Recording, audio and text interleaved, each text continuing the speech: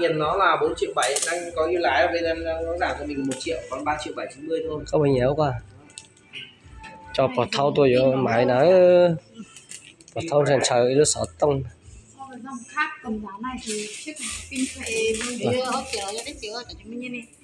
Hết có vụ chó thì có vụ có nè. Rồi. Sai à. Cả có dạy sai mà dành nhẹ. Cả xem nhiều thì cả thích. Nhớ rồi online để mong chờ kia nào. Màu này là hai màu đều xinh chị ạ. Màu nào cũng được, cho do chị thích màu nào vậy. Có lúc 6 giờ sáng ở đây. Lú hả? Còn lầu nhẹ nhẹ nó sợ tông nó cho còn lầu đây giữa nó sợ tông nó. Màu kia thì màu bạc hơi bạc. Xiaomi này. Redmi ạ. Redmi. Một thẻ trò, con nói thẻ trò. Pin của nó bao nhiêu nhỉ chị nhỉ? Pin 5.000. 5.000. Dạ. Vô lúc thì sai. Hết triệu tờ. Hết triệu. 3.790.000. Hết triệu. Đấy là giá sàn của đấy chị nhỉ?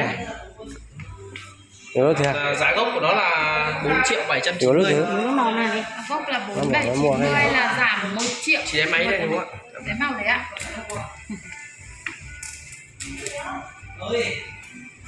Cho nên rồi sai sáu tông trọng chỉ mới nhiều cái khử chồng sai sáu tông.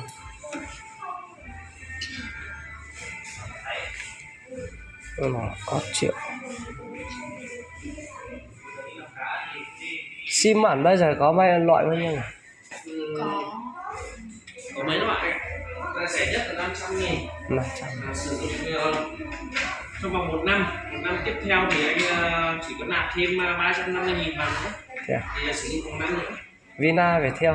Đấy của Vina anh ạ. 6 tuổi sim của Intel là 6 của Vina.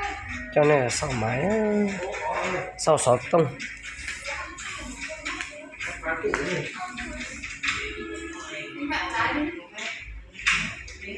Cái kia có cái chống sức chống vỡ ốp lưng có vậy Cứng kính lưng cả. cánh cứng Kính lưng em không có à? Không, cái này nhà sản xuất người ta tặng cho mình sẵn này thôi. Cái 6 tông nhưng mà nó 9 triệu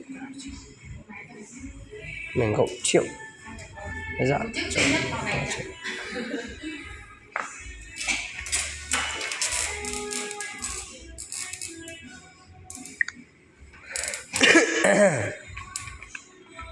nó 6 triệu nữa.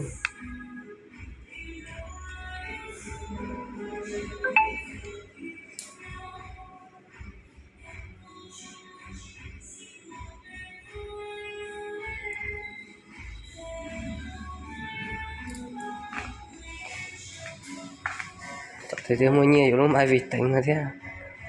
Ai vì tính xếp tay.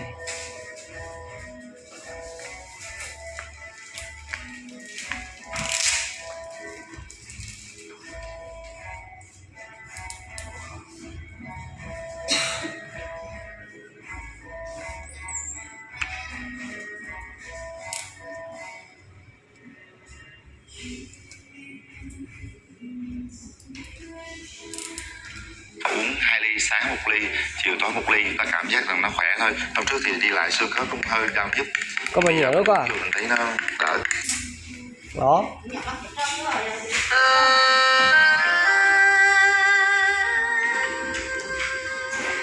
Nói luôn chẳng. Xa chiều gì chiều cho chiều cầu chiều ôi nó nói bé chiều chua nó nói phải chiều chua nó nói xa chiều lâu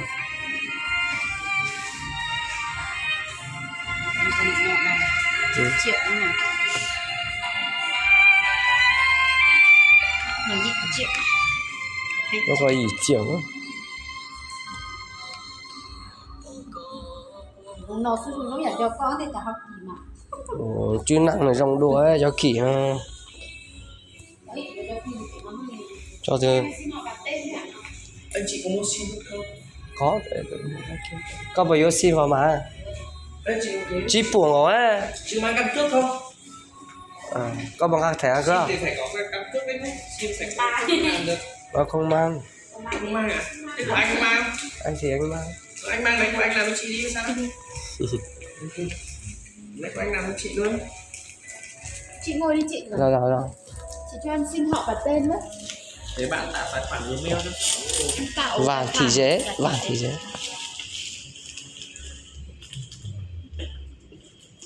Thế là xin 500 thôi anh nhỉ?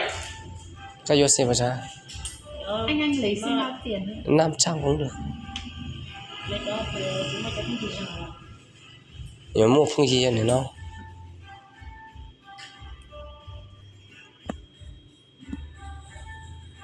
Cái này là để mình